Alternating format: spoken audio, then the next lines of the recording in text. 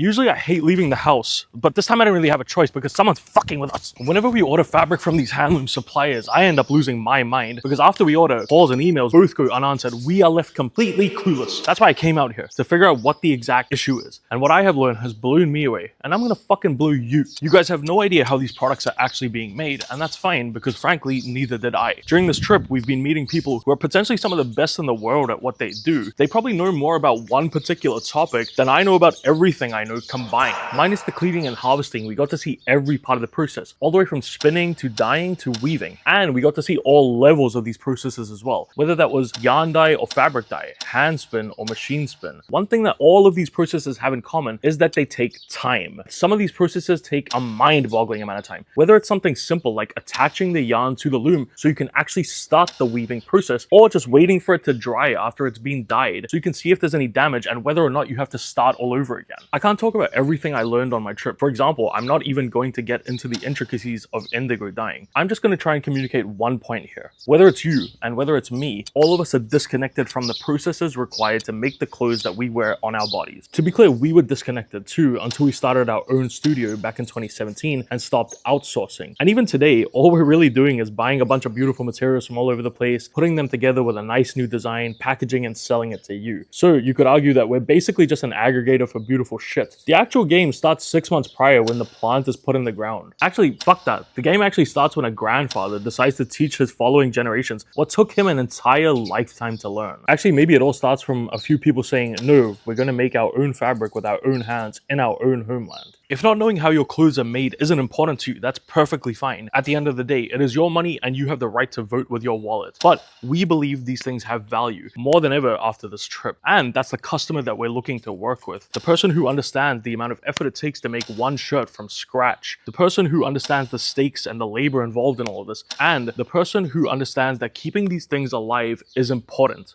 Actually, I'm glad I left the house this time because I learned a lot. But